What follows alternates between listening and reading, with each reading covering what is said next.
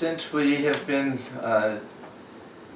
devoting this weekend to the worship of Holy Mother, I thought I would speak about one of her most important teachings. We generally, when we think of teachings of Holy Mother, we think of her final message. Yeah, but this I'll say, if not equal to that, at least is the second most important message. This was a statement that Holy Mother made. I'll read it in Bengali first. Shojo shaman gun nei, or shonto shaman dhon nei. Yeah. So shojo sahya. This means forbearance. That there's no virtue that can equal the virtue of forbearance.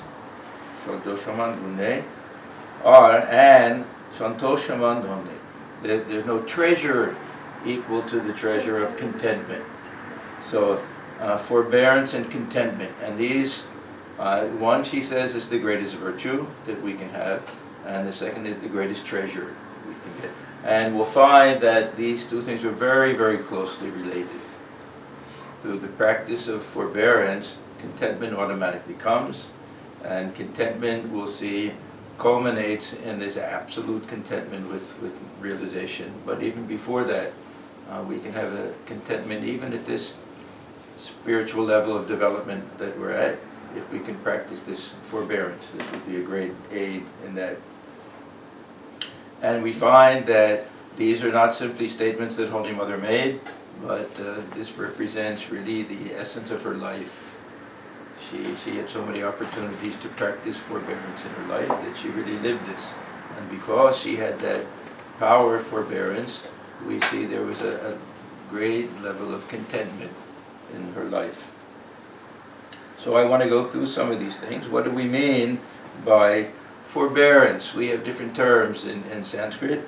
There's sahya, sahana, titiksha. We find titiksha that these are always considered in the different schools, Vedanta and other schools, to be necessary prerequisites. We have to practice a little bit of titiksha if we want to follow any spiritual path. Is forbearance. And for Holy Mother, she more or less looked upon this forbearance as a defining feature of an individual. Defining feature of an individual. We can judge a person by the degree of forbearance that they have. So she used to say, Jai Shoy, Shei Roy, Jai Na Shoy, Shei Na Shoy. Jai Shoy, Shei Roy. She liked these little, Thakur especially liked these little puns, plays on words and everything.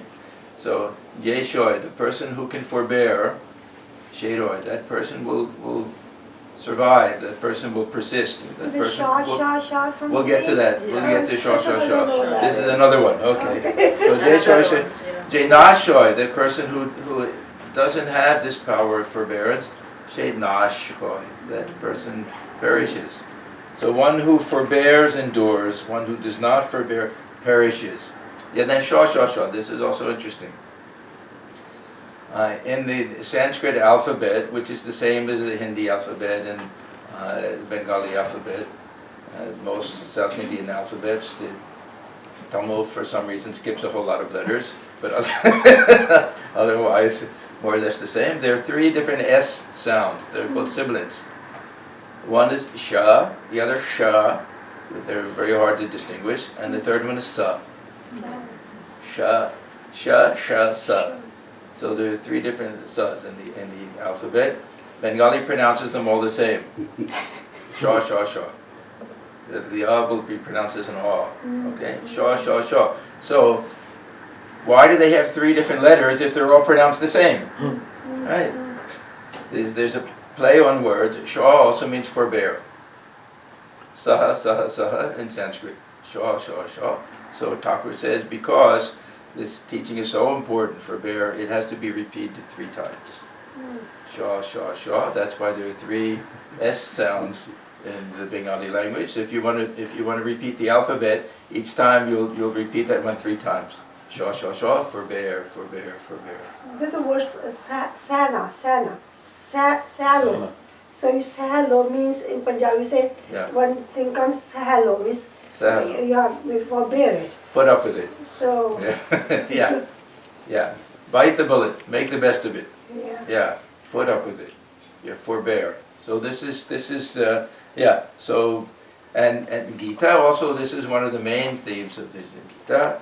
Half the time Sri Krishna will simply tell Arjuna, yes, put up with it. This is the nature of life. Tangstatikshasva bharata. He says, then just forbear, put up with it, live with it, make the best of it. You can't change everything. There'll be good and bad in life. There'll be ups and downs. This is common for everybody. So we have this idea that this is, as I say, a defining feature. Whether we're successful in life or whether we're failures in life, whether we're happy or whether we're sad, whether we're content or not content, it will depend to a large extent on what power of forbearance we have. Not the extent to which we can change everything, because we can't change everything. Sometimes we simply have to live with things cheerfully, if possible. So this is basically that meaning of forbearance. We have a very famous verse from Vivek Chudamani, which gives us a nice definition, and this is very commonly referred to. It has different elements to it. Let me read this. Sahanam sarvadukhanam apratikara-purvakam chintavilapa rahitam satitiksha nigadyate. So it has different parts to it. First, sahanam sarvadukhanam, putting up, having forbearing, putting up with all different types of misery. That can be physical, it can be emotional, it can be mental.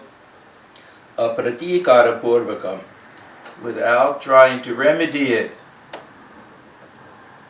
Now we'll find that this is a very strong. We'll have to modify this a little bit. This is very strong. If we're sick, why not take some medicine and get better? This is saying if you want to practice real titiksha from the very highest level, then we simply put up with it. Now don't get too nervous about this, because we'll see in the life of Holy Mother, the life of Ramakrishna, that they were sensible people.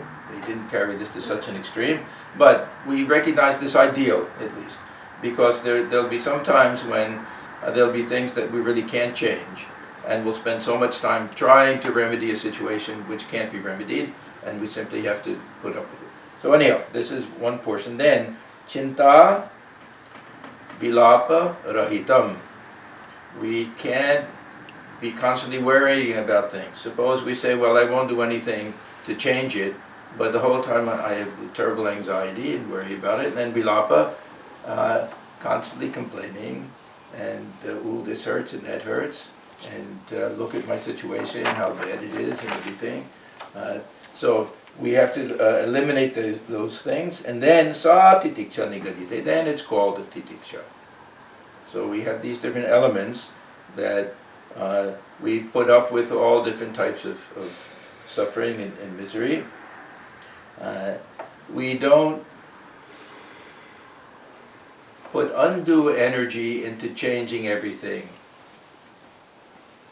Swamiji once said in the West that they become masters at fixing things, and in India they became masters at putting up with things. Yeah. And no worry and anxiety, and then also no complaining and moaning and groaning.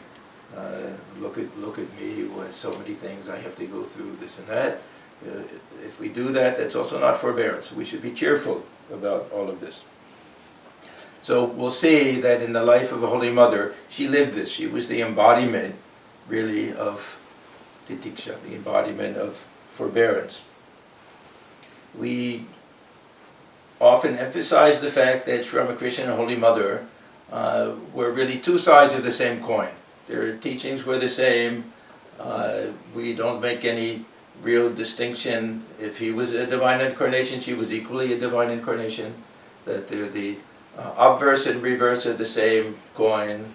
that she was the Shakti and he was like the fire, she was the power of burning. But we find that in certain aspects of their lives, they emphasize different things. And each one was the embodiment of certain spiritual qualities. They overlapped, of course, almost everything. But there were few aspects where we find the Holy Mother is a better exemplar or Sri Ramakrishna is a better exemplar. Sometimes their teachings were different. We were talking yesterday, or last night, this Loja Grena Bhoitin Takte Noi. Thakur used to use this expression that one shouldn't have shame, lojja, grena, hatred, bhoy, or fear. And then Holy Mother used to say, lojja, grena, bhoy, tin takte hoy. You have to have these three. Oh. Yeah. Speaking mostly to the, that meant that, especially for the women, she thought that a little modesty was important. Modesty, yes. Yeah. And that Yeah. sometimes we have to distinguish between this person and that person. Anyhow, it's just a slightly different emphasis, not contradicting him exactly, but a little bit. Tiny bit like that. So anyhow, we see that if we look at the life of Sri Ramakrishna, how he practiced titiksha. He was constantly complaining, right? Constantly running to doctors. This hurts, that hurts, right? One morning he pressed his leg and there was a little dimple there. That means it was a little puffy, maybe a little fluid or something. Yeah. Everybody who came in, he said, look what happens when I press here. You press your leg, let me see, does it do the same thing? Because he was like a child. It's true? He was like a child, yeah. Yeah, that's true. Yeah. And how many doctors he saw. And he followed all of them. He used to, people would say, we don't have as much faith in doctors as you do. And he would say, I look upon the doctors Narayana. Yeah, makes sense to me. Yeah, and God himself that And way. also he said, the doctors who take money, those doctors Yeah. are not good. Yeah, we won't get into that. Sometimes you might not like Yeah. that. Yeah. When you forgo that money thing, Yeah. just leave. No, doctors and lawyers, sometimes he didn't say I mean, very you didn't believe it was a Narayana because Yeah. God comes in form of doctor. Yes. And he's supposed to cure you. So Yeah. But see, then we have the other side, that Vaidyo Narayano Harihi, that who was the real Vaidya, who was the real doctor? God himself. Yeah. So there's a reverse here. One is you look upon every doctor as God himself. The other is you say, I won't go to any human doctor, I'll rely on God. On God. That he is my only doctor. And this Jannavi, this Toyam, is the only Oshut. The only, so Ganges water is my medicine, and Narayan is my doctor. This is another thing that they say. You know Yeah. family Sood. Jannavi, Sood, their son is doctor. You Yeah. know the Mela. So I heard that he has an emblem on his desk. Doctor treats, but God cures. Yes, right. Yeah, that's what I Yeah. heard that he Yeah. said.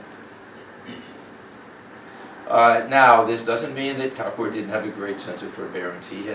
When he had his cancer of the throat, there was no real pain control or medication or anything then. It would have been unbearable for an ordinary person. Yet he could raise his mind above it at different times. He could separate himself from that. He could be cheerful. So he also had a tremendous degree of forbearance that way. But his life was relatively trouble-free, at least before he had the throat cancer, and once he was finished with his spiritual practice.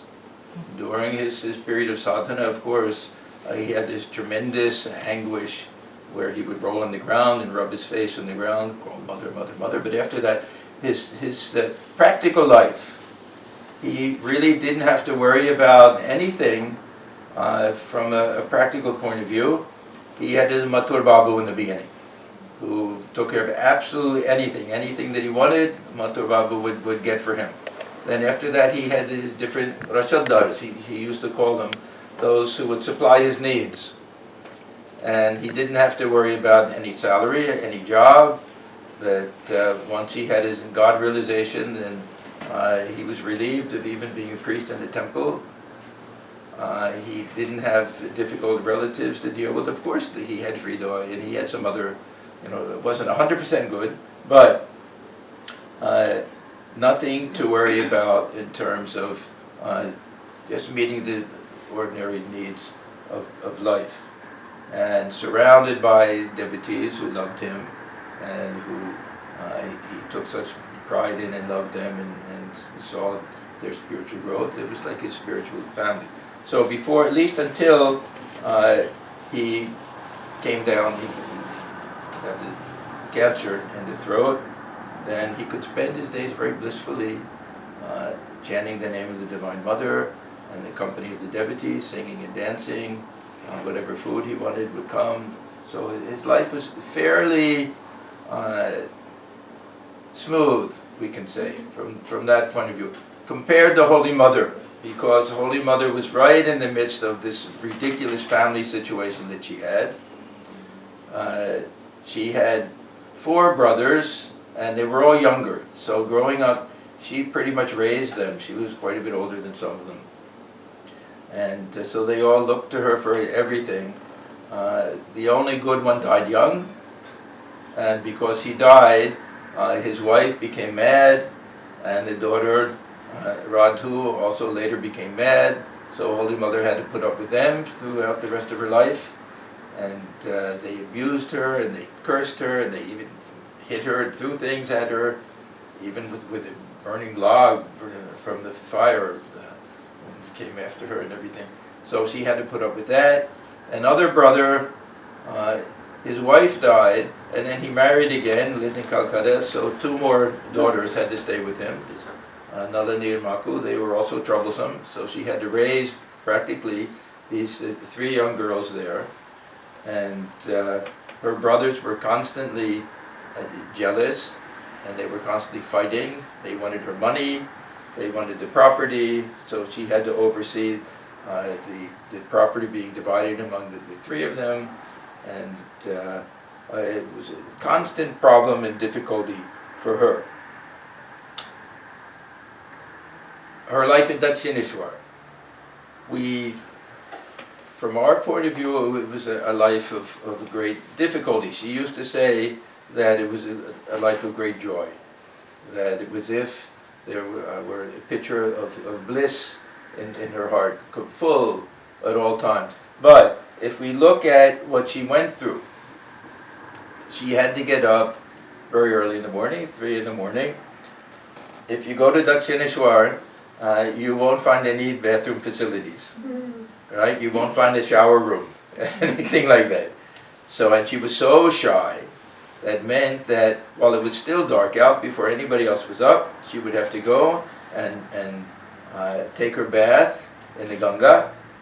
And to answer the calls of nature, there was only the pine grove north of there, and she absolutely wouldn't go there if anybody else was up. So she would go in the morning and do that the whole day long. She would have to, if she had any need to answer the calls of nature, she had to wait. So imagine, just from a very practical, physical point of view, what she went through. How many people have seen this Nahabat, where she lived? Yeah. It's a tiny little room. It's not really a room. It's just in a little open area. They had to put this bamboo mats there, hang them curtains there to enclose it. Barely room to sleep, and yet generally there were 2 of them. She very often, Lakshmi Didi, her Thakur's niece, would be there with her, or one of the other women. Sometimes Golap Ma, Yogan Ma, or M's wife, Nikandi Devi, would be there. She had to do all the cooking there. They had to hang all of the vegetables and things there, and fish, which live fish will be jumping around and splashing water all over. So this was her life, and the tradition at that time was that when the men devotees were there in the room with Ramakrishna, the women wouldn't be there. The women would have their special times to come. They wouldn't be very often. So most of the time, she couldn't even see him. This was the most difficult thing for her, to be living so close to him. And generally, when it was time to eat, everyone would leave, and she would take food to him, and she would sit with him, and she would get and of course spiritual teachings, but also she would try to keep the conversation light so he wouldn't go into samadhi so that he could eat. Otherwise, if it was all spiritual talk, he would never eat any of his food. So that was the one time when she got to spend time with him, and then sometimes the other devotees would ask, can we take food to him, some of the other ladies, and she said, whoever addresses me as mother, I can't say no. So they would say, how can we do it? Thakur would scold her sometimes and say, how can you let that person bring me food? You know the nature of that person. I couldn't touch it. She said, what can I do? Anybody who addresses me as a mother, then I can't say no that way. So this was her life, a very austere type of life. Sri Ramakrishna used to jokingly say when Lakshmi Didi was there with her, that there were two birds living in a cage there. So sometimes if any nice food would come, any special things, sweets or something, he would say to Ramlal or either one of them, take some to the birds living in the cage there. Now, Holy Mother lived such a life of solitude, and she kept herself so hidden that M and others really thought that Thakur had a bird cage that he kept there, and they were taking food to the birds there. So it wasn't until later that you realized, some probably knew it, that he meant to Holy Mother and his niece Lakshmi Didi to take some food to them. And Thakur was very aware. See, Holy Mother would spend almost the whole day standing and looking through these bamboo curtains, would have a little gap sometimes, so that she could see into Thakur's room. And Thakur knew this, so very often there's singing and dancing going on. Everyone thinks he's lost in ecstasy, he doesn't think of anything, but he was very practical also.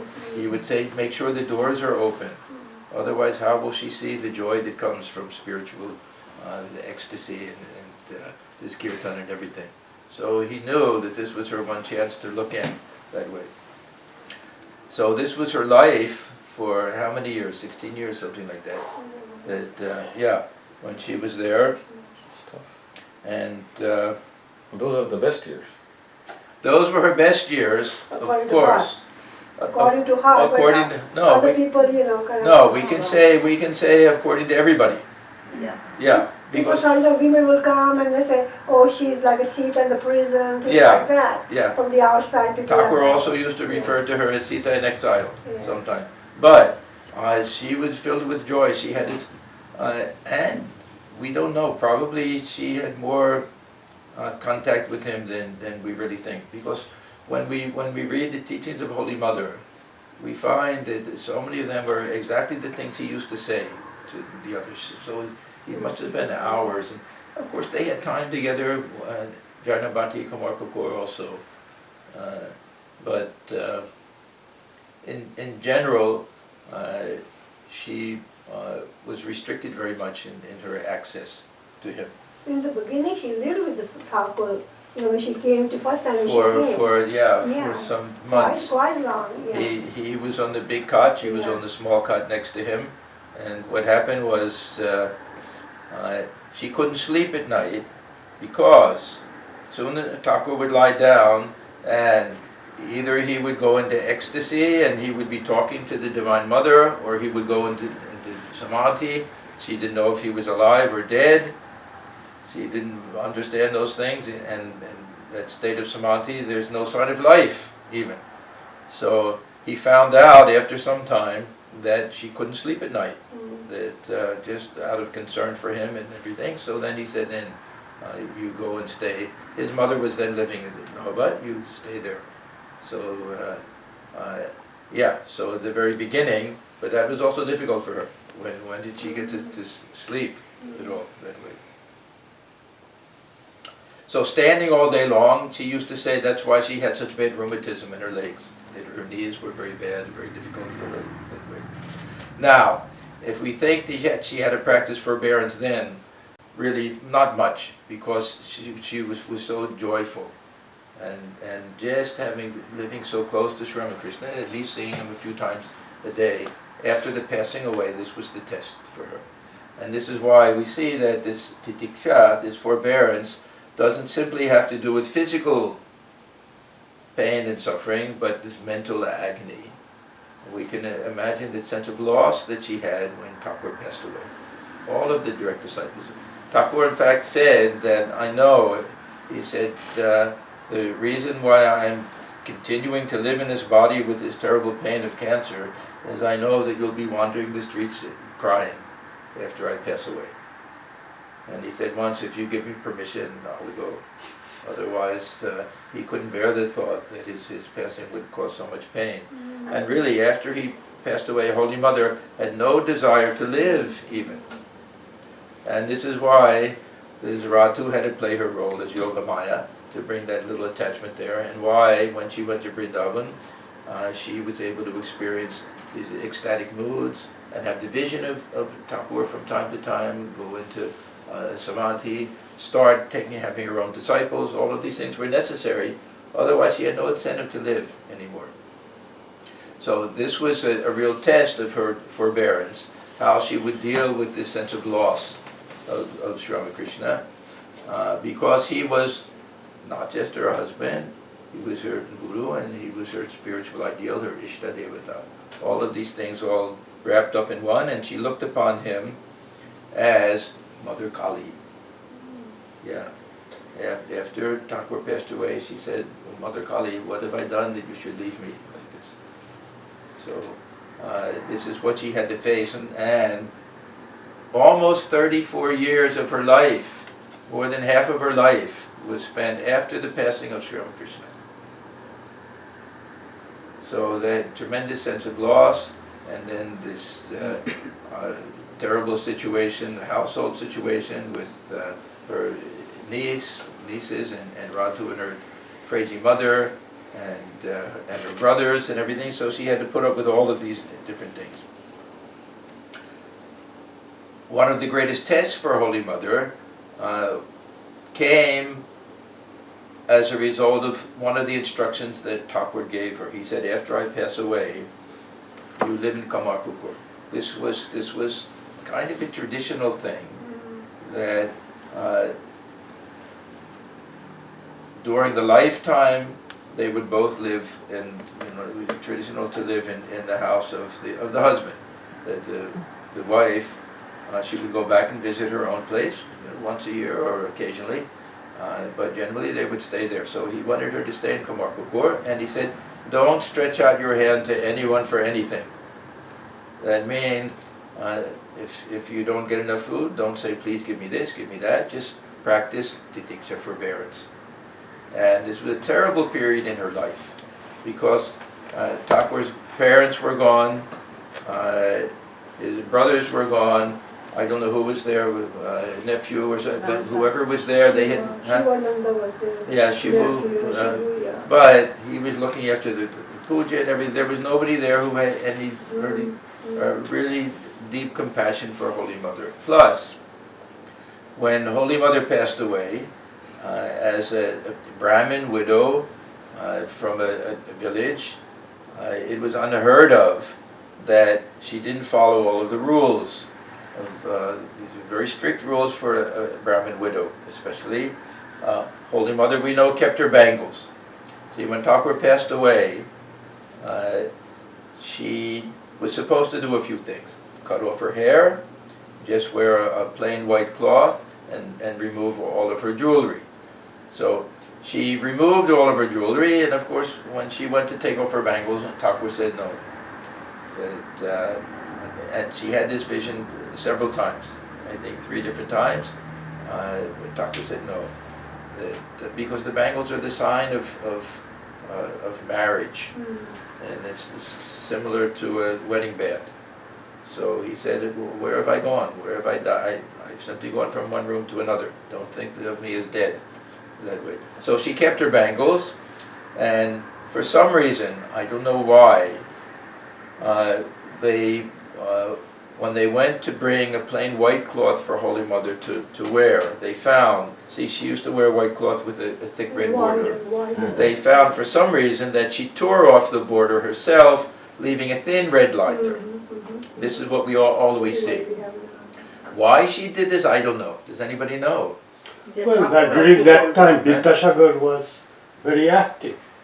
And Vidyasagar was the one who led all widows She to didn't get know married. anything about that. No. That won't have anything to do with it. Yeah, but she saw Thakur. Thakur said, don't take me, I'm not dead, I'm in the room. He said that, Yeah, so then And the girl also goes with that but too. did he say don't tear off the whole red Doesn't border? matter. And yeah, we don't have any real answer Yeah. to that. But I think she's just a common sense because if she could take Anyhow, the she got into a lot of trouble for it. Oh, yeah, When she I was know, in Kamarpukur, this is my Yeah, point, when yeah. she was in Kamarpukur, yeah. she had her hair, long hair, she had the bangles, and she didn't wear a plain white cloth. So the people, local people, criticized her very much, would laugh about her, would talk about her behind her back, so she was miserable there. It was a horrible period for her. She sometimes had almost nothing to eat. Her cloth would get torn and tattered and everything. She couldn't even have a second cloth that she could exchange and wear, so her life was miserable, and nobody knew it. This was the sad thing, that the Swamiji and the other direct disciples, they were immersed in spiritual practice, wandering here and there. When they found out, we can give credit, I think, mostly to Swamiji, to Swami Niranjanananda, and to Girish Ghosh, and then M also. Some good. As soon as they found out, they said, "Oh, Mother, this is intolerable." And the other thing was that her whole life she had this tremendous devotion to living near the Ganga. And in Jardambati, the nearby river, Amadar, she considered Maya Ganga. She considered that her own Ganges. And so she always went for a bath there. Dakshineswar, Ganges was right there. So she also in Kamarpukur, that was also a very difficult thing for her. This is why she liked the Udbodhan house so much. Why Swamiji's disciples didn't know what she's going through? There was no, she never said anything to anyone. There was no easy communication. There was no one to inform anyone. And it's like, I think Sada's mother wrote a letter to them saying that she's been suffering, and then they came to know No, I about think it. Gopal Ma came And and they she wrote- visited her. She told Swami They wrote a letter. Vivekanandaji, you know, how she's living there. Yeah. So that's what, then he wrote to her mother. So, you know, come and get her, something. Yeah. So it was a Gopal mother who Yeah, just, something, they wrote a visited letter, her. then they came Uh-huh. to know about it. Then they came to Yeah. Yeah, before that there was no real Communication. easy way that they would have known. But then No I simple said way. And they were immersed in And, 8 hours a day, 10 hours a day spiritual practice, and then some wandering here and there. It just didn't occur to them. And I think Guru Maharaj known about it, he said you have to eat the leaves and the salt and whatever you have, and Yes. she growed. And she would, just yeah. And for a long time she lived with that. Yes, right. So anyhow, this was a period of a great test for her of her power of titiksha, the power of forbearance. Ultimately, it was too much, and everyone told her don't continue. So she went back to Jardambati, and then of course they found a place for her in Calcutta.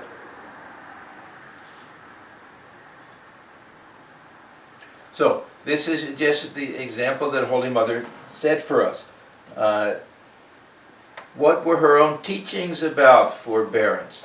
There's a very interesting, actually set of 4 books that were published maybe 10 years ago or something. Reminiscences of a Holy Mother. Some of it is translated. It was originally put out in Bengali. And M has his own reminiscence of Holy Mother. And you know, M was very good for collecting things. What were the different teachings and everything. And he has a list of 5 special teachings of Holy Mother. And I'll read one of them because it's very beautiful. Deho dharon kolle dukho koshto achei vidhataro khomota nei ei rodh korbo tobe shanti chaile sadhon bhojon koro. Deho dharon kolle. If you take this human body, if anyone lives in this body, if we have this human birth, then we have no other option that dukkha koshto achei, that this suffering and misery, that they come along with it. There's no way to avoid it.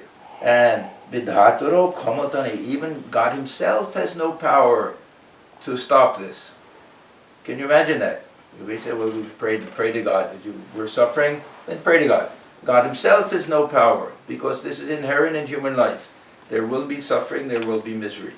There'll be physical pain, there'll be emotional pain. There's no way to avoid it.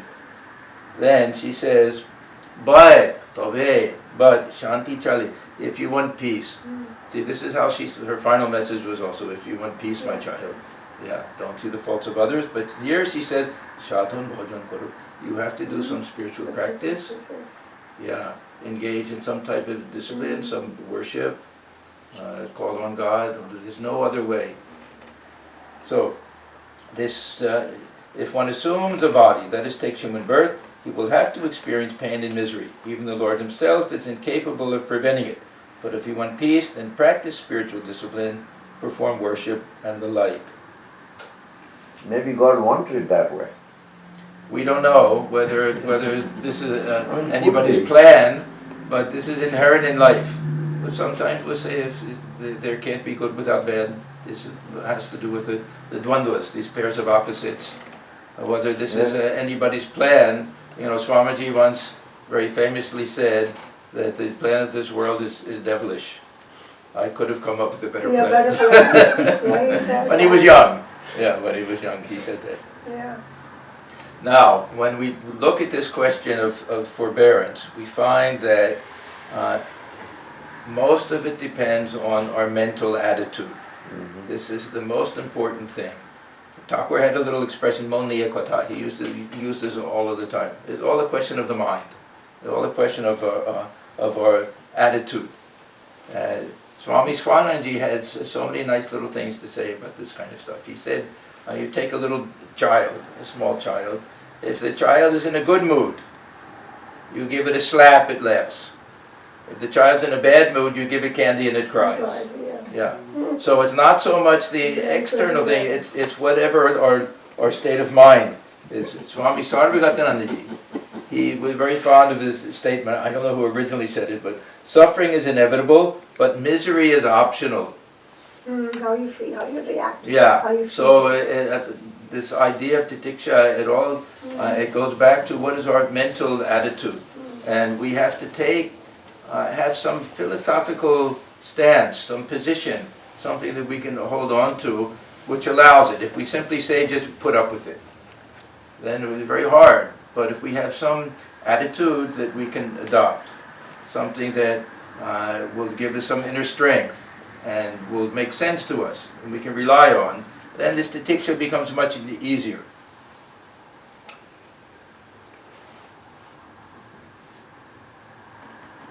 In this first statement that the Holy Mother makes, she doesn't really give us too much. She simply says that accept it.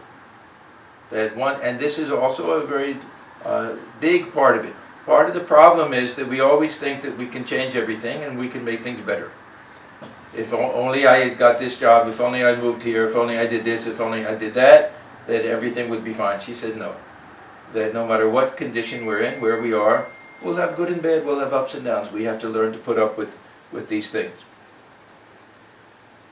And partially we find a little bit of a Buddhistic idea that there's suffering exists in this world. Dukkha. And we find this in Gita, this Dukkhalayam Shashvatam, that this world is the abode of suffering. Asukam Lokam. This world is a joyless world. Of course, we know it's both. It has good and bad in it. But this idea that there's no avoiding it, whether it's God's plan, whether it's chance, whether it's random, we don't know. But no one gets through unscathed. Some people are luckier than others. Some people, they'll die in their sleep without any long illness. Other people have a very long illness. But everybody has something. Everybody has a cross to bear. And suffering is not always physical. A lot of it is emotional. A lot of it is mental.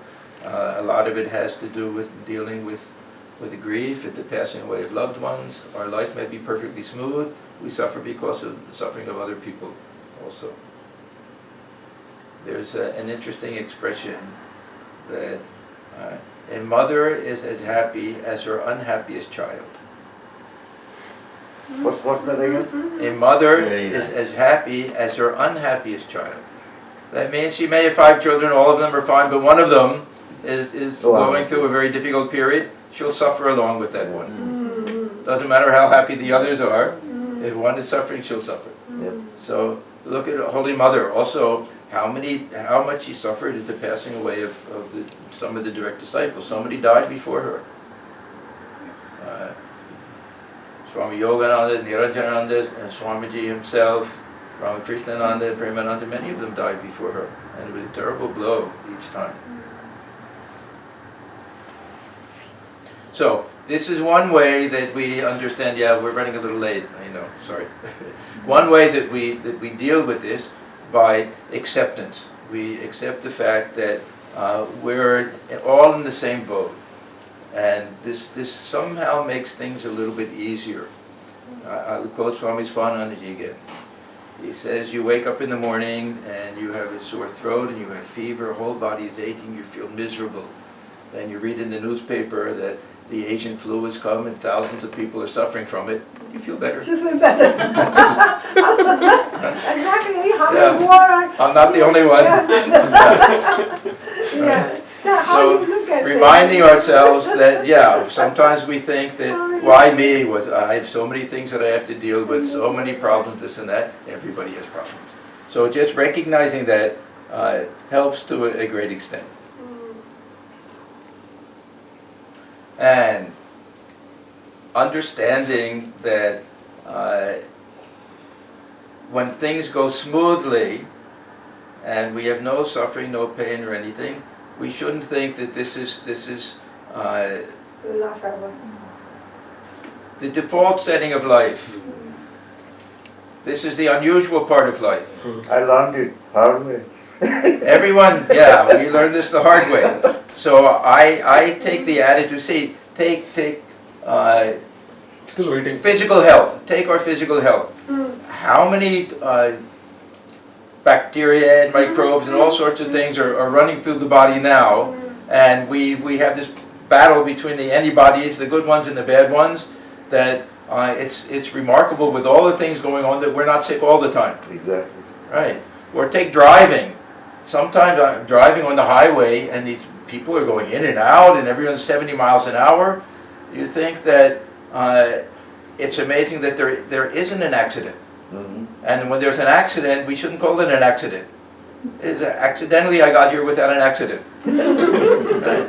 So if we think that way, then we should be happy that things aren't worse than they are. So I often think that if I'm not sick, then that's just something to be happy about. It's not that I should think that that's automatically, that's the way it should be. It should be that we're all in good I health. look at it in a different way. If the wrought iron is afraid of fire, it will never become a steel. If we are afraid of the suffering, we will not improve ourselves. Look at the children of the rich people. Most of the time, they are worthless. Those who go through hardship, Yes. they come out to be great. Yeah, we'll get to that. This is also another attitude. This is another attitude that we're going to go through some different types of ways of looking at this whole thing.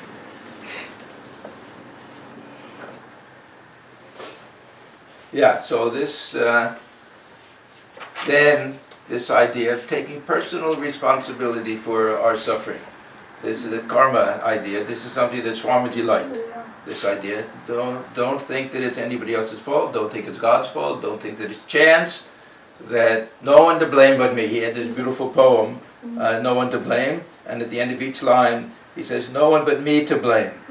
This is one of his great themes. So if we accept that this is the result of my own karma, and this will be something helpful in life. This also helps with this titiksha.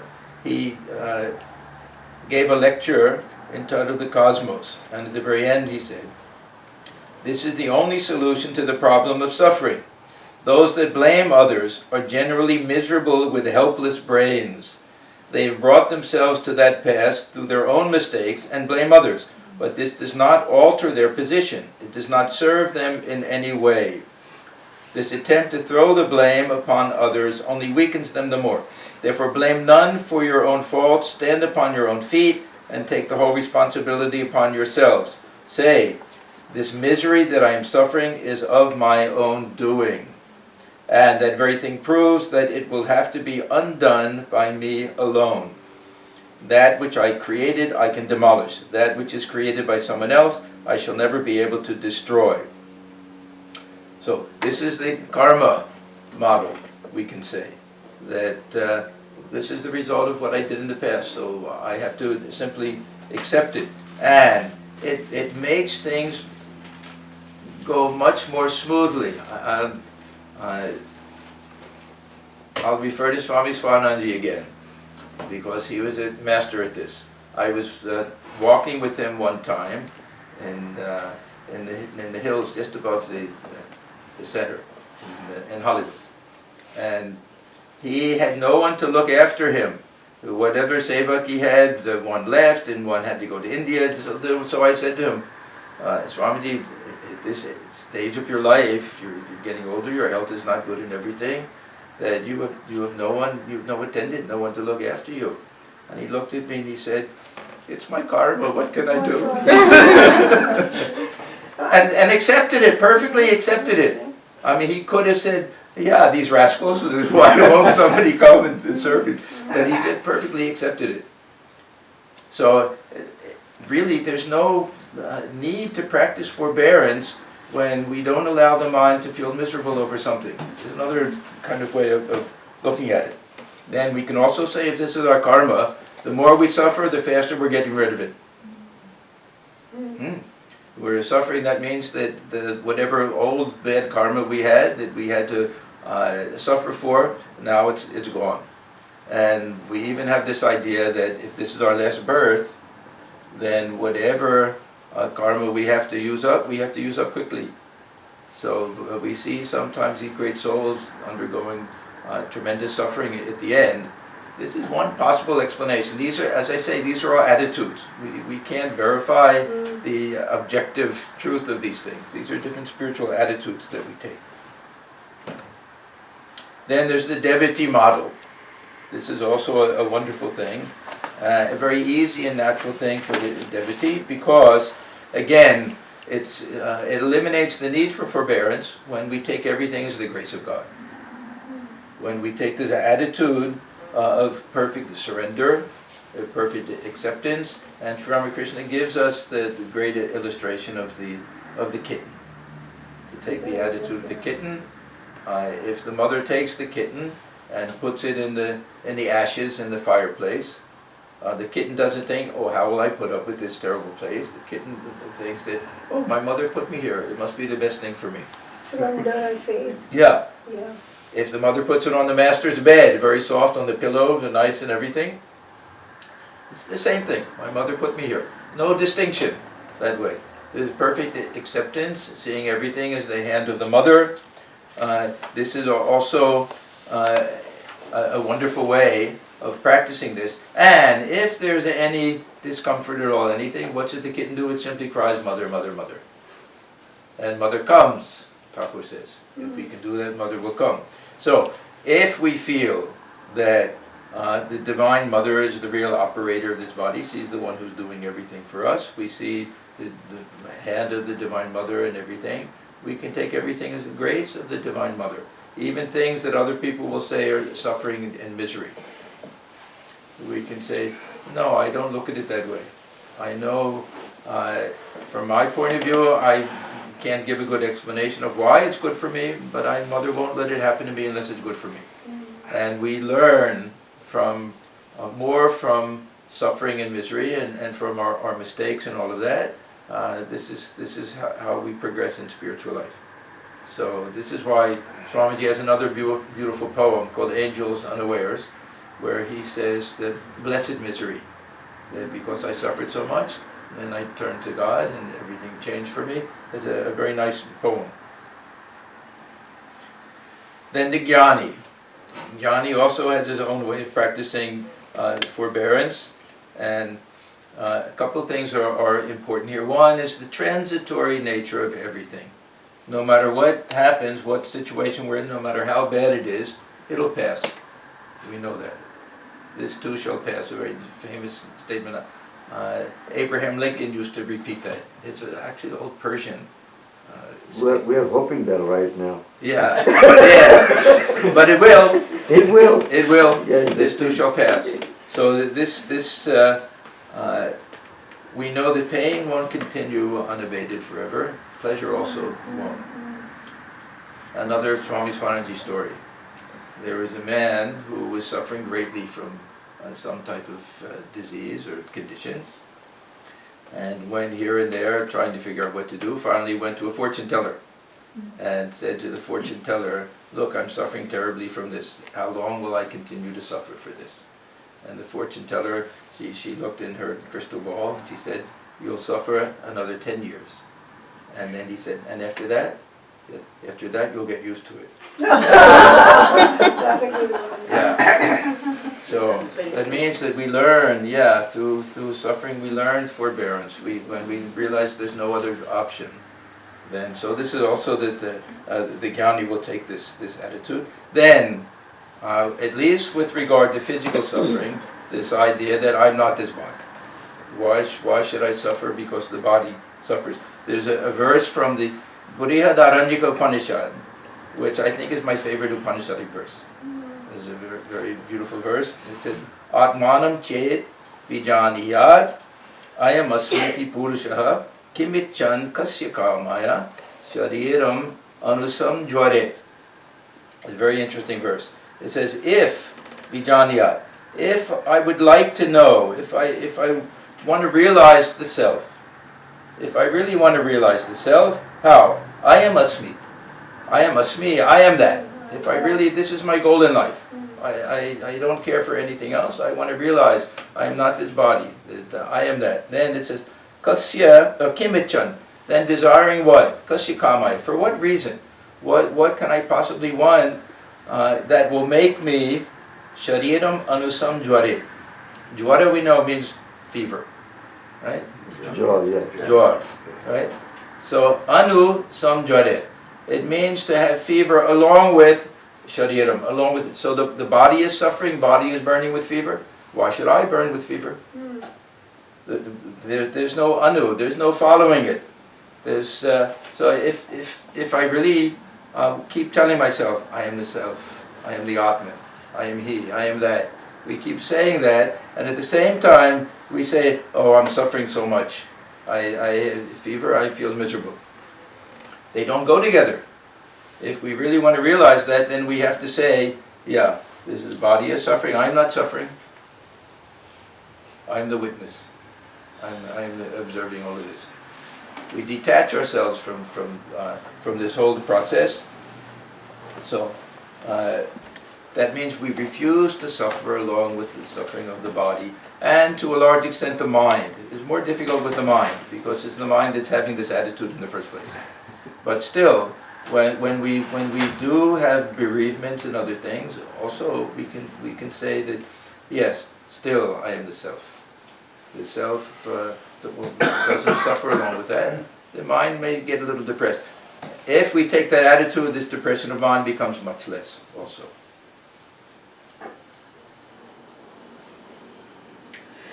Then one other attitude that the Jnani will take, which is also very much emphasized in Gita, is that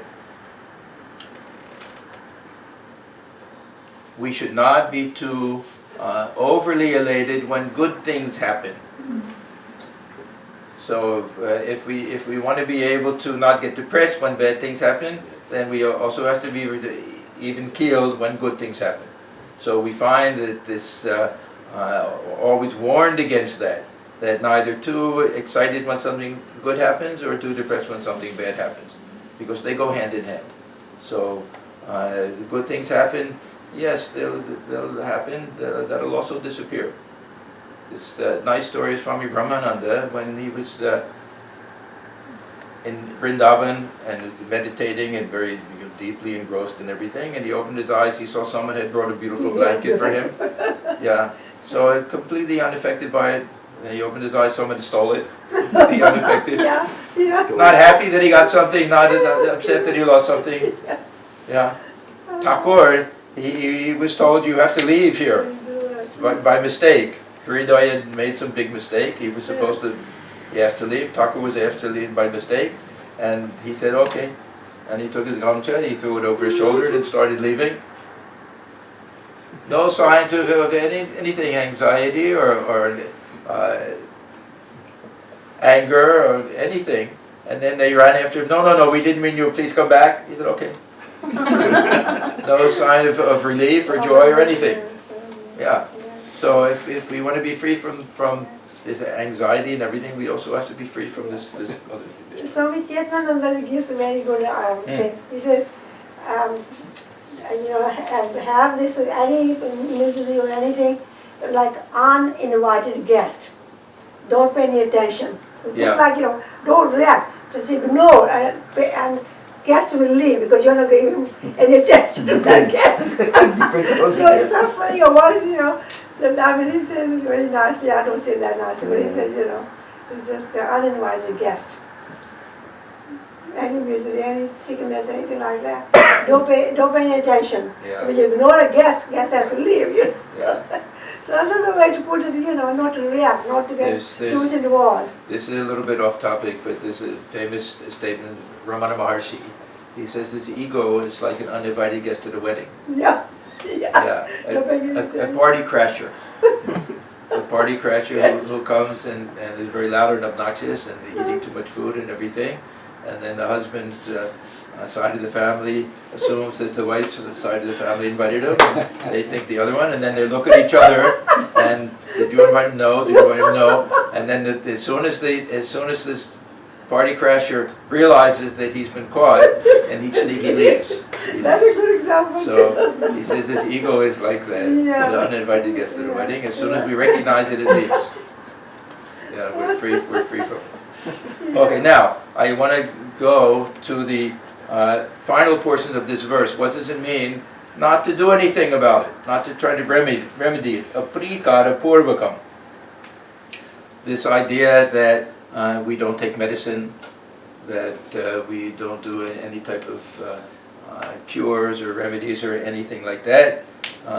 It's unrealistic, most people will say. It's a little bit too harsh. It may even be silly. It may not be good for spiritual life. If we have some type of illness that prevents us from getting up early in the morning and doing our spiritual practice, and we can cure it with a little medicine, why not do it? Right?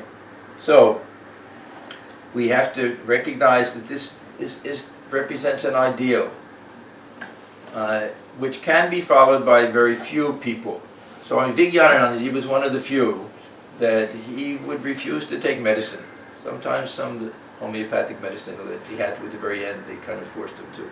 And he used to recite that line, this O Siddham Janavi Toyam, that Ganges water is my medicine, and Vaidyo Narayano Hari, the Lord himself is my doctor, that way. So very rare, great sadhus can do that. For the rest of us, we have to take some middle ground. Now take Holy Mother. She's our example today. Holy Mother, she had terrible pain in her knees and legs, rheumatism and everything. Did she do anything for it? Yes. She did it. Yes, they would get these oils and they would rub her body with the oil and things like that. It would give her a little bit of relief from that rheumatism. There was a time when she suffered from this horrible dysentery, and somehow the pus came out of her body and her eyes. They were all caked. She couldn't see even, practically blinded from it. And one of her brothers said, "You go to this Singhavahani temple. It's just a very short walk from their house in Jagannath. And she lay down before the deity, and some cure came, and she used it, some lemon juice or some simple things, yeah. And she was cured from that. Now, why not do it? We can say, well, this doesn't follow that pratikara purva. She did some remedy for it. So we see that we don't have to, follow this to the letter when it simply doesn't make sense. Now, when it came to that period living in Kamarpur, she did it 100%. She didn't complain, she didn't tell people, she simply put up with the whole thing. And The same thing in the life of Sri Ramakrishna, we see that he would go to doctors for all of these things, but when it was said that, well, you pray to the Divine Mother. One time he tried it, a couple of times, just for the sake of the devotees, and he got such a bad answer. You're eating through all of these other mouths. Because he would say that, Mother, the devotees asked me to say something to you, at least let me swallow enough food so the body did. A very small little thing. He didn't say cure my cancer. A tiny little thing. And he said, Mother said to me, you're eating through so many other mouths. And then another time, he was saying like Asiatic Museum, they have these, they take the bones that they found with wire, they put it together to show that the dinosaur is shaped like that. He said, at least keep my meat together that much. And again, he had some funny vision. So when it came to this ultimate acceptance and forbearance, he of course was a perfect example of that also. But there are many occasions when it's not a physical thing, when we're not happy with our situation in life. Say we have a job that's very difficult, we have a boss that's very nasty to us, co-workers, this and that. What do we do in those situations? We have to use our common sense. Sometimes we learn that the best thing is to just put up with it. If we'll switch to another job, it may be worse. Other times we do change, and we say no, that my principles have to be compromised. If I stay here, I won't do it, and we leave, and we should. So there are all sorts of different situations. But in general, and we see, I see at least the monks of our order, that we have two different types. There's some that every once in a while they'll go to headquarters and say, I'm not getting along with my head of the center, this and that, please transfer me someplace else, and they get transferred. And headquarters won't be too unhappy, they won't be too happy either. But generally they'll do it, and generally these monks will find something wrong at the next place also. And there are others who simply say, wherever the order sends me, I'll go. They're generally the happy ones. They're the ones who have contentment. And we'll see all of this is leading to this idea of contentment. If we can accept our situation, present situation, without always thinking, oh, if only I moved here, if only I did this, if only I did that, things would be better. Generally they're not. And generally it just leads to this discontent of the mind. There's something called the Serenity Prayer. I don't know where it first came or anything, but it's very brilliant. And to me, this is almost the final word on this question. God, grant me the serenity to accept the things I cannot change, the courage to change the things I can, and the wisdom to know the difference. So this is how we decide. When do we do this apratikara purvakam? When do we decide to just live with things? When do we decide to change things? We have to have some very deep understanding that sometimes not only can we, but we should. Sometimes we have an obligation to try to change things. If we're in a situation where things are unethical, or we know that it's harmful to our spiritual life, then we should change it. Whether we try to change the external thing or whether we move from it, that's up to us. But there are times when we simply have to put up with things. That these are difficult situations. Say you take marriage. Sometimes there are problems within a marriage, and the only solution is to separate. Other times that people will put up with it and they'll have a miserable life the whole time. Then other times when people they can get through difficult periods and everything is fine afterwards. So it's a very big gray area when we practice this absolute forbearance, which means that we don't try to change things. We just try to live with it. Sometimes as soon as we accept it, then it's better. When that thought is always in the back of the mind, should I stay, should I leave, then it's very difficult. And these are very difficult things. Then the last point, no moaning and groaning, and no constant worrying. So this chinta and this vilapa, that these are two very important elements here. if we rely on God, if we accept this idea of karma, all of that, then why should we worry about anything? What's meant to be will happen. And whatever happens, we can take in a positive light. That's all. There's nothing to be gained. We don't help anything by worrying about it. We make it worse, that's all. And we don't help a situation by complaining about it either. If we can put up with things cheerfully, this is the best thing. Now, this gets us to santosha. This gets us to what Holy Mother considers the greatest treasure in life, contentment. And we find that there are different levels of contentment. Almost everything in spiritual life has two different levels. There's the contentment that we practice, contentment that we can all have in our everyday life, and then there's this absolute contentment that comes through the highest type of realization, self-realization or God realization. So the santosha can be seen as the ultimate goal of life. Also, this what we're really trying to attain is this absolute sense of contentment where we know our real nature, where we transcend all of these ups and downs of life. And short of that, we have another very important distinction to make, and that is with regard to our spiritual life, we want to have a little bit of discontent.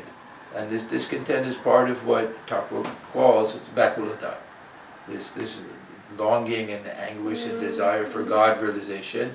Unless we have some discontent with our present state, and it may be that our present state is fine, that our situation is good and we're leading a good spiritual life and family life, social life, everything is good. Still, there should be some inner discontent that we haven't realized God. At the same time, if we do our spiritual practice, if we're very sincere, we follow the teachings of the Guru, we do everything we feel, we're putting forth the best possible effort we can, at the end of life there will be some sense of satisfaction. Now it's up to you, I did everything that I could, I called on you, and now everything is in your hands. Thakur used to say, when the lawyer pleads in front of the judge, I presented all of the evidence, I've done absolutely everything, and now everything is up to you. Don't worry, yeah, everything is in your hands now.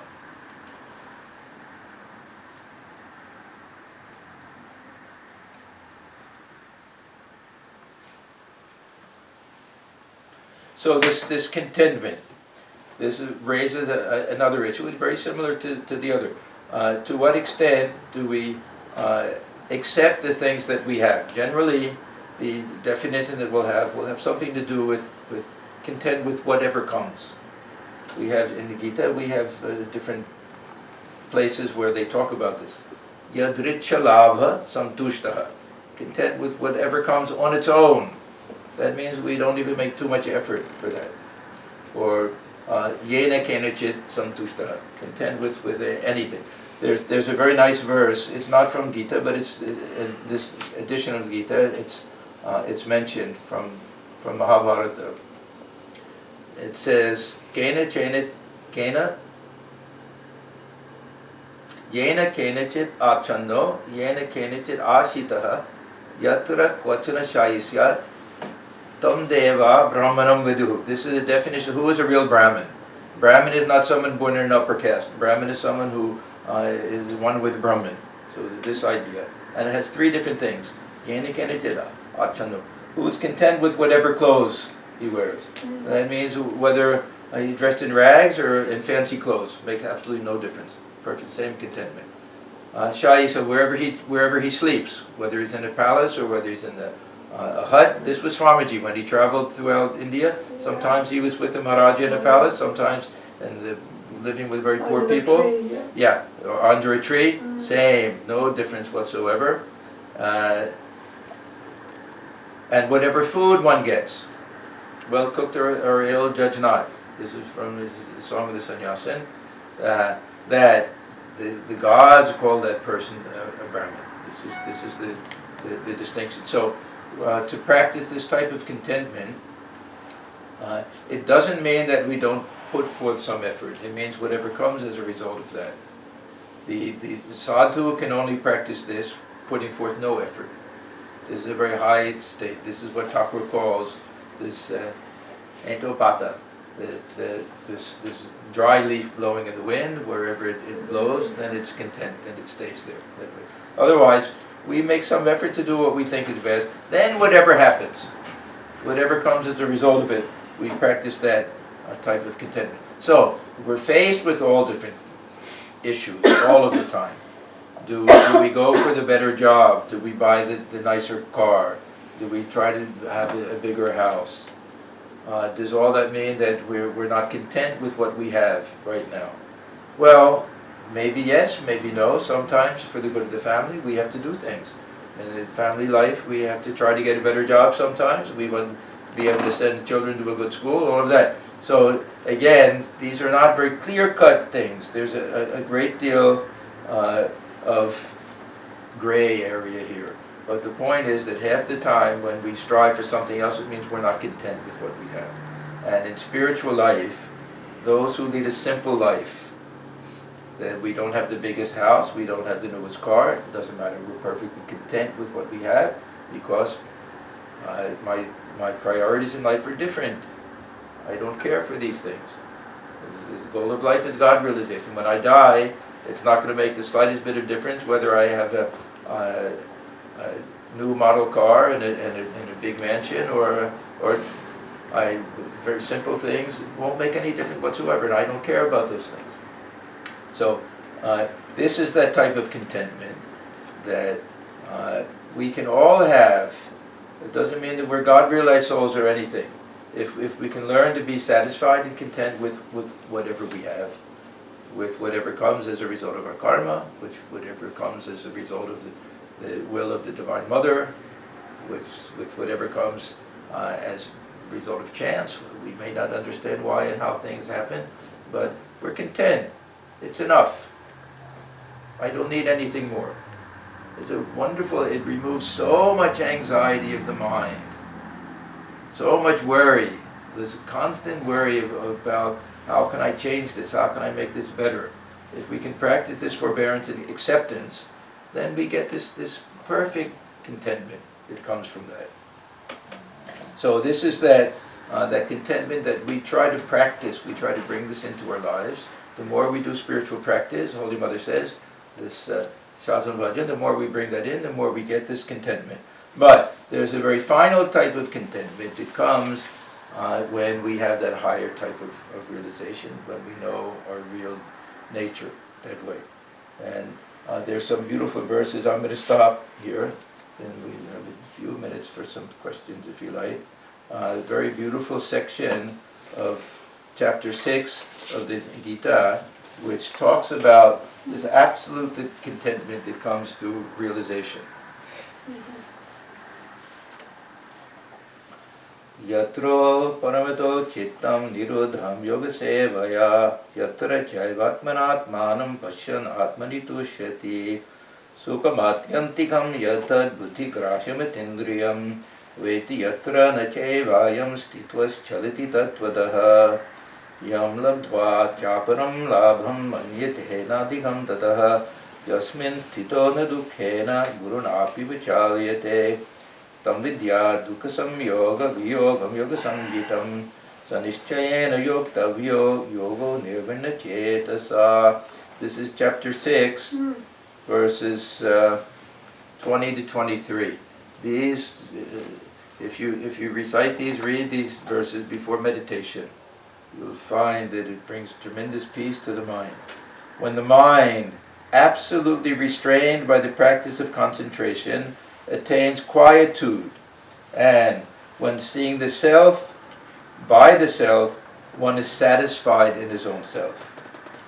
When he feels that infinite bliss which is perceived by the purified intellect and which transcends the senses, and established wherein he never departs from his real state, and having attained which regards no other acquisition superior to that, and where established he is not moved even by heavy sorrow. Let that be known as the state called by the name of yoga, a state of severance from the contact of pain. This yoga should be practiced with perseverance undisturbed by depression of heart. So this is that final, ultimate contentment. But we get to this state of contentment through this practice of forbearance. So this is how there's a beautiful connection between this teaching of Holy Mother, that there's no greater virtue than forbearance, there's no greater treasure than contentment.